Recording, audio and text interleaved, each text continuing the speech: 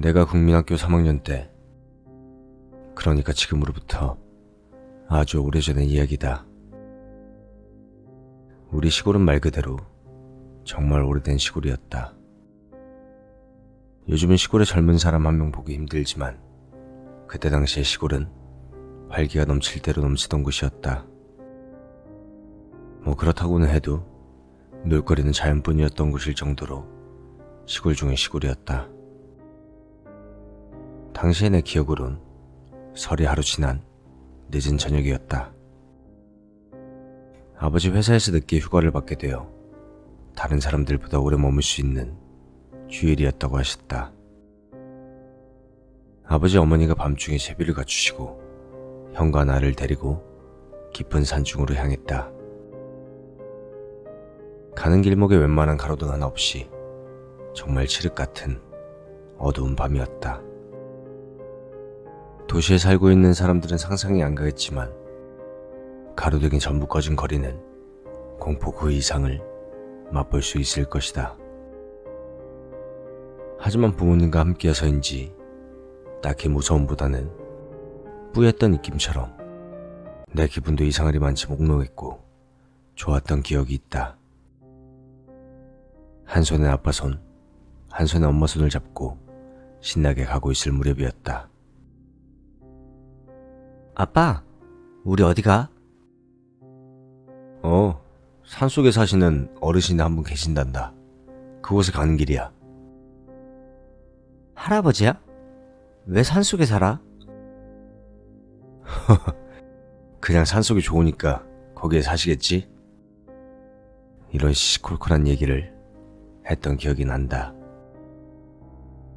나중에 알게 되었지만 둘째 당숙 뭐 이런 분이셨고, 우리가 어렸을 적 우리를 보러 온다고 산속에서 자주 내려오셨다고 한다. 처음부터 산속에 살진 않으셨고 사별후에 산속에서 계속 지내신다고 한다.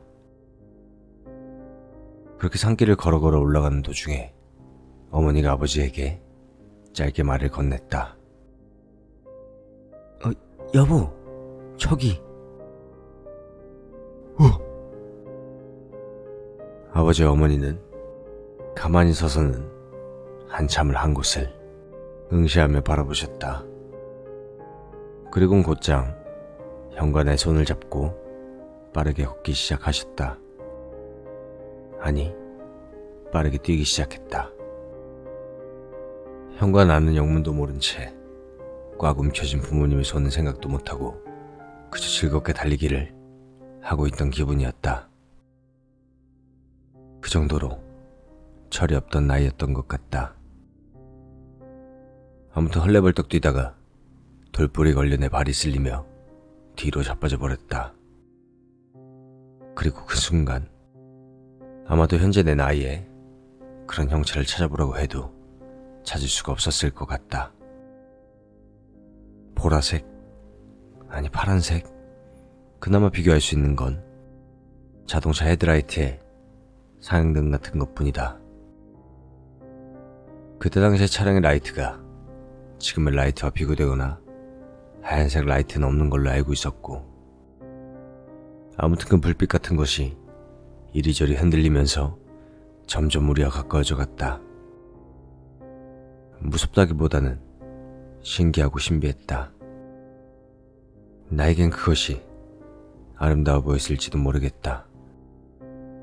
그렇게 한 5분 동안 그 불빛가의 거리는 거의 다 좁혀져 왔고, 아빠 엄마는 점점 지쳐가는지 듣기도 힘들 정도의 숨소리와 날 안고 있는 아빠의 온몸에서 축축한 땀이 배어나와 내 몸까지 젖어버릴 정도였다. 그렇게 그 불빛이 우리에게 거의 다 다가올 무렵, 내 이놈!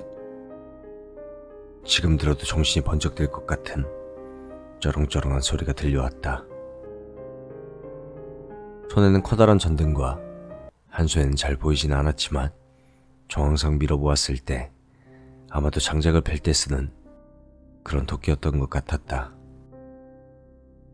할아버지는 내가 생각했던 할아버지들보다 건강한 체구였고 그 연세 같지 않아 보이는 말 그대로 건장한 할아버지였다.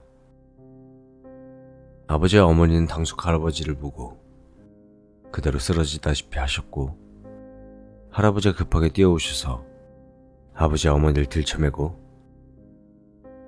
너희들은 어서 저기 열린 방문으로 들어가거라, 이렇게 말씀하셨다. 그렇게 장난꾸러기였던 형과 나도 할아버지의 압도적인 기백에 아무 생각도 못하고 그대로 곧장 집으로 신발을 벗어던진 채 들어갔다. 숨을 헐떡이는 아버지와 어머니를 보며 할아버지는 진정시키면서 이렇게 말씀하셨다. 너희들 봤구나 그것을. 저놈이 어딘가를 쫓아가던가 할 때는 가까이 있는 사람들 뿐인데 어찌 저리 멀리서. 어르신, 어떻게 저희 아버지한테 전화드려야 할까요? 아니네. 일단은 숨 좀 돌리고 나랑 촌농에 불 좀 켜고 다니세. 형님한테는 내가 바로 연락할 테니까. 그렇게 어른들은 숨도 제대로 돌리지 못한 채 창문, 방문 앞 구석구석 큰 양초를 켜기 시작하셨다. 형과 나는 그제서야 심각한 상황을 파악하고 가만히 오들오들 떨고 있었다.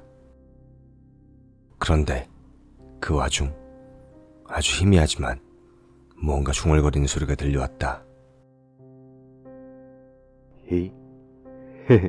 민식아, 우리 불꽃놀이 하자. 나는 곧바로 형을 쳐다보았다. 형 눈의 동공은 엄청나게 확장되어 있었다. 일순간 분주히 움직이던 모든 어른들의 행동이 멈췄다. 우리가 무궁화 꽃이 피었습니다를 할 때처럼 정말 말 그대로 모든 게 멈춰버렸다. 그 정적 속에서 조심스레 검지손가락을 입술로 갖다 대시면서 쉿 하는 제스처를 우리들에게 보여주었다.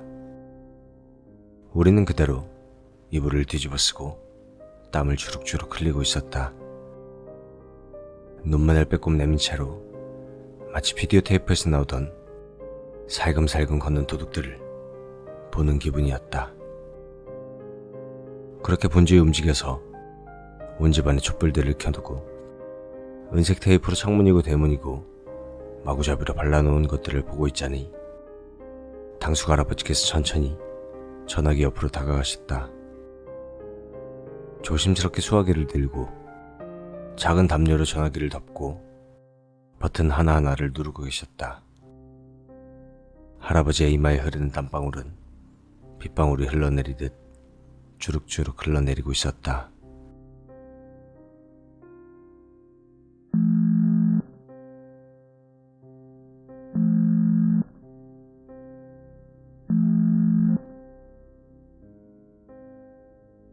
몇 번의 신호음이 끝나고 상대방 전화기에서 음성이 들려나왔다.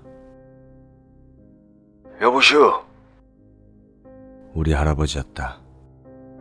우리 할아버지야말로 호랑이 할아버지란 얘기가 가장 잘 어울리는 사람이라고 생각할 정도로 눈매가 부리부리하셨고 형이랑 나에게는 친절했지만 그 어떤 아무나 할아버지 앞에서 평상시처럼 있는 걸 본 적이 없었다.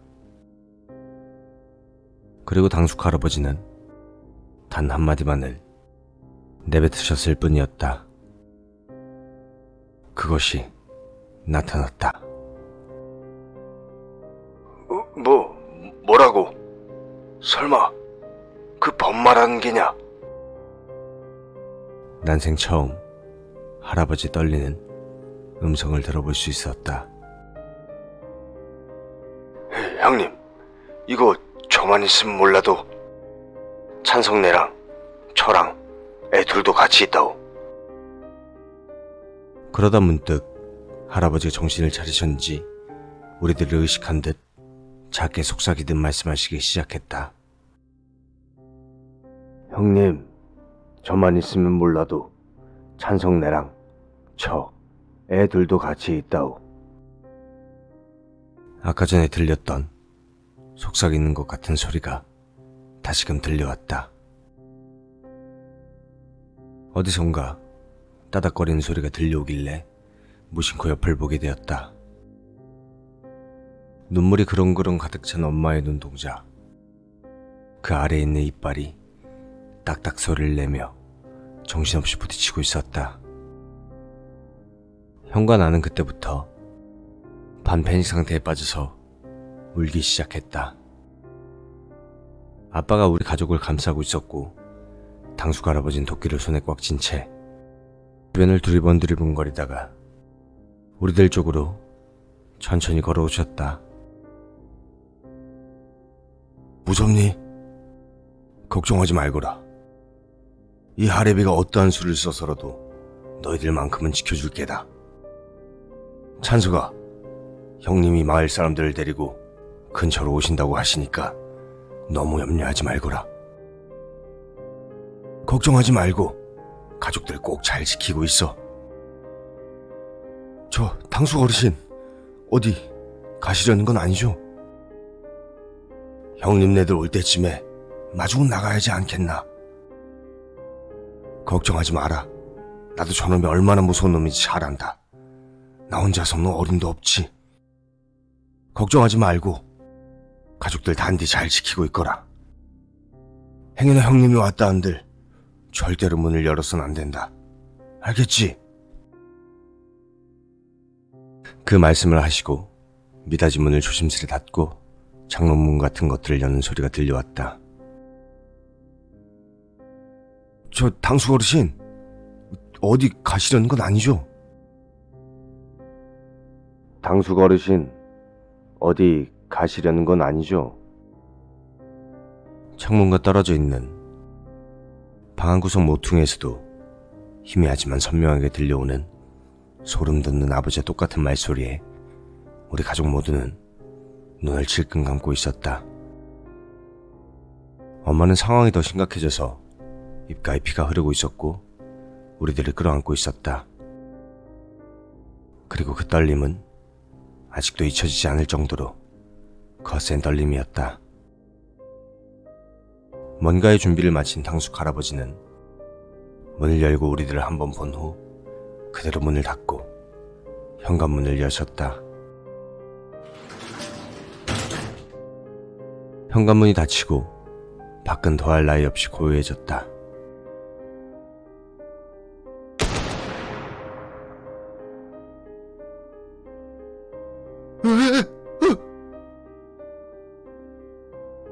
갑자기 들려온 총성에 우리 가족 모두 기겁을 하며 난리법석을 떨었다. 이윽고 멀리서 할아버지의 고함 소리가 들리는가 싶더니 이내 한 번의 총성이 더 울려 퍼졌다. 누군가 자갈을 밟고 뛰는 소리, 육중한 무언가가 흙을 밟는 소리, 무언가 쫓고 쫓기는 소리가 수분간 들려왔고 이윽고 그 소리가 잠잠해질 무렵 우리 할아버지와 삼촌의 목소리가 들려왔다. 찬석아, 거기 있는 게냐? 민수야, 민식아. 삼촌! 나는 기쁜 마음에 할아버지와 삼촌에게 나가려고 했으나 곧바로 아버지에게 저지당하고 말았다. 아버지는 내 얼굴을 보고 인상을 찡그린 채 검지손가락을 입에 갖다 댔다. 나는 아버지의 표정을 보고 조용히 고개를 끄덕였다. 이내 바깥 현관문이 덜컹거렸고 끼익 하고 쇳소리를 내며 문이 열렸다. 촛불이 한가득 켜져 있는 현관 입구, 미닫이문 창살로 보이는 그 실루엣은 절대로 사람일 수 없는 길다란 털이 가득한 그 무언가가 서 있는 것이 보였다. 빗살무늬의 유리문으로 보였지만 삼국지 같은 만화에서나 볼 수 있는 엄청난 거구의 사내라면 딱 그 정도 되려나? 아니, 혹시 그 이상일까? 민수야, 민식아, 삼촌이랑 물고기 잡으러 가야지. 살얼음 같은 소름이라면, 온몸에 한기와 냉기가 도는 느낌이라면, 나는 그때 처음 느껴봤고 살면서 다신 느낄 수 없다고 생각했다. 그 이상의 소름은 단언코 없을 것이다. 등가죽이 따로 분리되어 떨어질 것 같은 그 한기. 그 무언가는 중얼중얼거리듯 나의 가족들의 말투와 똑같은 목소리로 마치 라디오처럼 재생되고 있었다. 민식아, 찬석이 내처럼 낚시가랑 많이 가자. 문득 풍겨져 오는 피비린내와 창 바깥으로 보이는 실루엣에서 무언가 뚝뚝 떨어지는 소리. 그리고 그것은 손으로 휘휘 젓기 시작했다.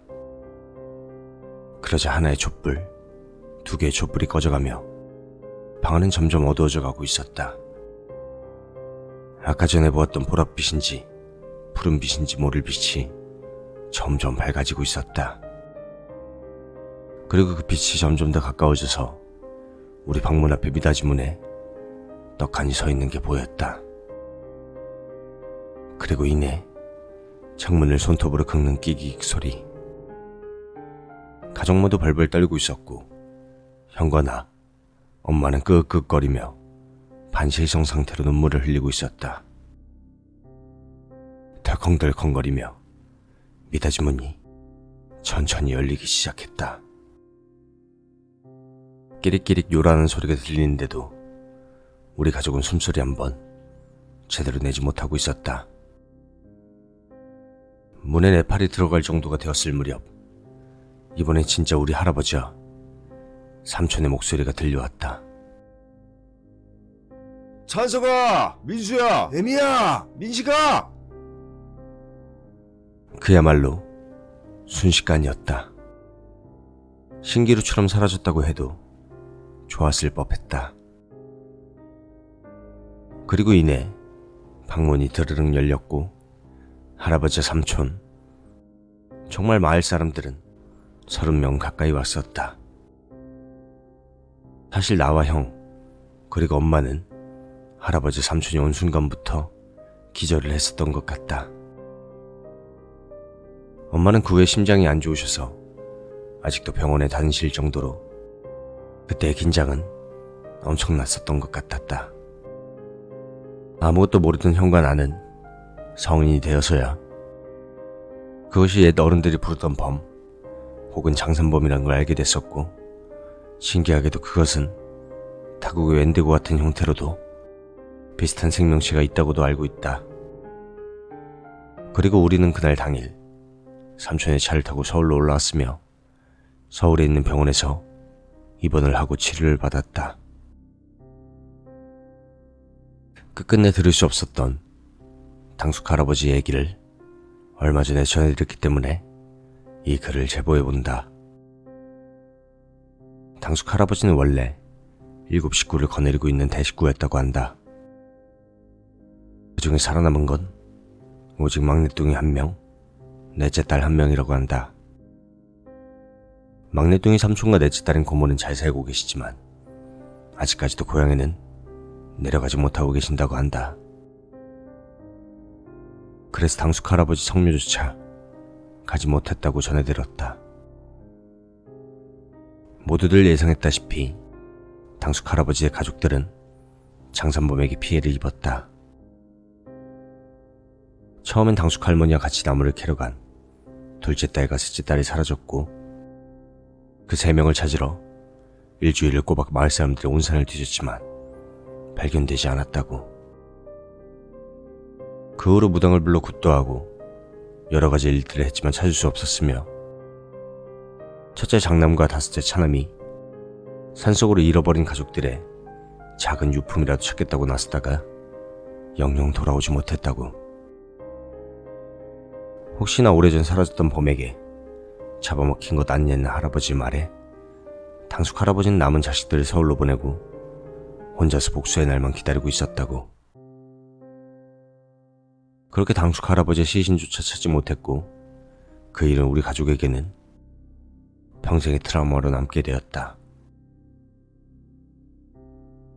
당숙 할아버지와 가족분들의 명복을 빌면서 부디 그곳에선 가족들과 만나 행복하시길 바라며 이만 글을 마친다.